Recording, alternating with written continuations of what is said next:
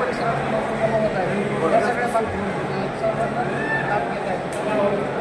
पहिले 2 दिवस भाऊची दुकानं नाही, सगळं बंद होतं. शिक्षणाची सोय या सरकारनं गोरचकऱ्यासाठी ही सोय निर्माण करायला पाहिजे होती, पण त्यांनी केलेली नाही. त्याच्यामुळे सगळ्यांनी आव्हान गावाकडून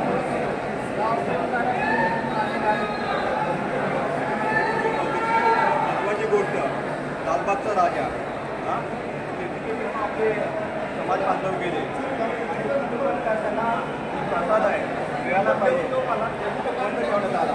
त्याबद्दल तुम्हाला काय वाटतं? लालबागच्या राजाच्या ठिकाणी तर त्यासाठी सर्व भक्त जाती सगळ्यासाठी ते महाराष्ट्रात कुठलाही कळलंच नाही पाहिजे होता. चुकीचा एकदम चुकीचं आहे. एकदम चुकीचंच नाही तर माणूस बघा तिथला माणसाच्या अंगावर धावून येतोय. तो ग्रामीण भागातल्या लोकांना असं येणं समजते का नाही, असा प्रकारमध्ये आवे कसा अंगावर येतो. यावर्षी गणपती आझाद मैदानावर बसवलेला आहे बरोबर. आणि छत्रपती शिवाजी महाराजांना जे आपण बरेच पैसे स्मारकासाठी जागा करतोय ना, ते एकूण ह्या आपल्याला मिळालेले आहे. आणि हा आरक्षणाचा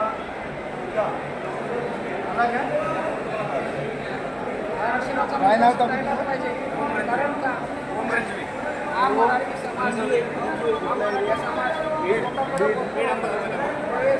मराठी समाज खेड्यावरचा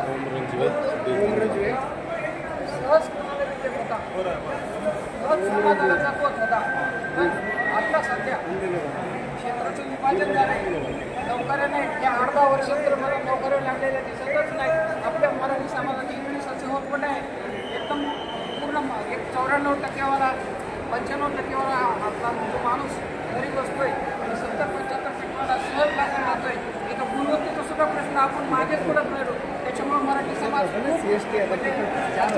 त्याच्या आर्थिक बाजू दिसत चालली. त्याच्यामुळे त्याला आज आरक्षणाची गरज आहे. ज्यावेळेस गरज नक्की त्यावेळेस नव्हती, आज पण अत्यंत गरज आहे.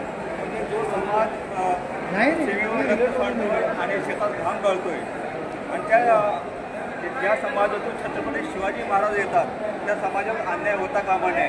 कारण देशाला 79 वर्ष होत आहे आणि इतक्या वर्षी या समाजाचे 9 मुख्यमंत्री झालेले आहेत. तरी पण ह्या समाजाला वेठीस धरणं म्हणजे फार काश्मीरपेक्षा भयानक प्रश्न होऊ शकतो.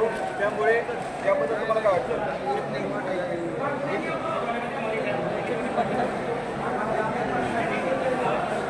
शेतकरी हा सर्वांचा अन्नदाता आहे. तो त्या सर्वांनाच तो अन्न पुरवतो. पण ही निव्वळ शासनाच्या धोरणानुसार असं वाटतं की कागदावरची देश आहे, त्याचा कुठलाही कोणताही विचार केला जात नाही. तुम्ही एक छोटंसं उदाहरण घ्या. बघा, सोयाबीनला भाव 4,500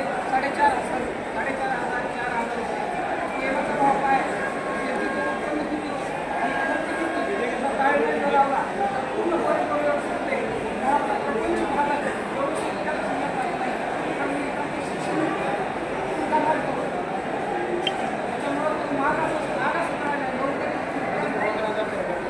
काम करतोय बरोबर.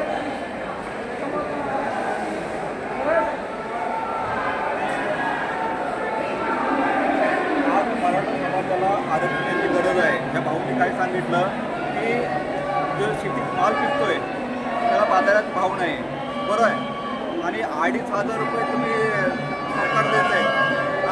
त्याच्यात काय पीक नको आहे.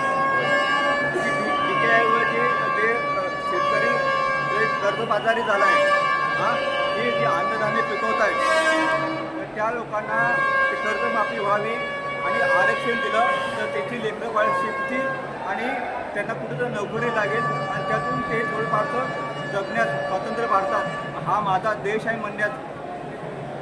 त्याचा माल जो आहे त्याचा माल पडून घेतला जाते 4,000-4,500ला. त्याचं तेल विकलं जाते आणि त्याच्यातले पैसे काढून एक 2,000 रुपयाची महिना दिला जाते. 2,000 रुपयाचे 3 महिन्याला दिले जाते सरकारचे. ते एकदम काही उपयोग नाही. फक्त शेतकऱ्याला तुम्ही मालाला भाव द्या, तुम्ही कुठलं अनुदान देऊ नका, काही देऊ नका. तुम्ही सरासरी हेक्टरी उत्पन्न बघा, 10, 12, 13 पती उत्पन्न सरासरी सोयाबीन सरासरी त्याच्या पैशाचा हिशोब केला तर सरासरी 50-60 हजार रुपये होते. 5 एकर 10 एकरच्या हिशोबाने जर हिशोब केला तर ते 2,000 रुपये त्याचे काहीच कामाचे नाही. त्याचे 10,000 रुपये हरपत तेव्हा त्याला 2,000 रुपये मिळते.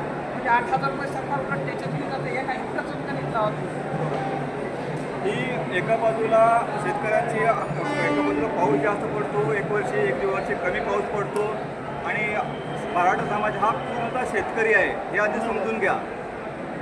उद्या हा समाज जर वेगळा विचार केला तर हा भयानक असेल. त्यामुळे कुठल्याही कारणाला न दाखवता फक्त राजकीय इच्छाशक्ती, इथं कायदा हा प्रश्न नाही आहे. जर 370 कलम सुटतं अयोध्येचा प्रश्न सुटू शकतो तर मराठा पप्पा काही क्षणात सुटू शकतो. यासाठी नरेंद्र मोदी आणि शरद पवार यांनी एकत्र येऊन मराठ्यांना आरक्षण द्यावं हे या भावनेचं मत आहे. आम्हाला राजकारणामध्ये जो ते राजकारण काही घेणं देणं नाही मराठा समाजाला. या राजकारणाहून आम्हाला घेणं देणं नाही. आमचा कर पोचवण्यासाठी आम्हाला पोटाला बळकट मिळण्यासाठी आमच्या लेकरा बाळांना नोकऱ्यांना गरजेचं आहे. कारण आम्ही जिथं समजा 5 एकर होतं त्याचं विभाजन आज 20 गुंठे 25 गुंठे 35 गुंठे विभाजन झालं आहे. आमचा आऊन पण कमी जमीन आहे. त्या जमिनीवर आमचं भागत नाही. त्याच्यामुळे घरातला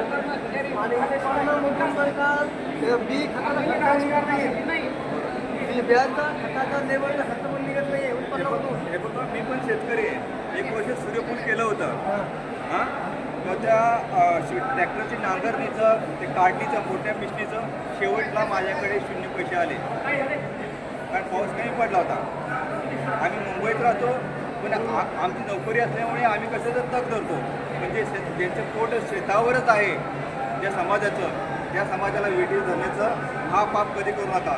कारण शेतकऱ्यांना साठी छत्रपती शिवाजी महाराजांनी जे न्याय होता तोच न्याय त्या सरकारने द्यावा आणि त्यासाठी कुठल्याही राजकीय आम्हाला हस्तक्षेप करायचं नाही असं मराठा समाजाचं मत आहे. फक्त त्यांना आरक्षण द्या आणि लवकरात लवकर ते पूर्ण करा. ओके.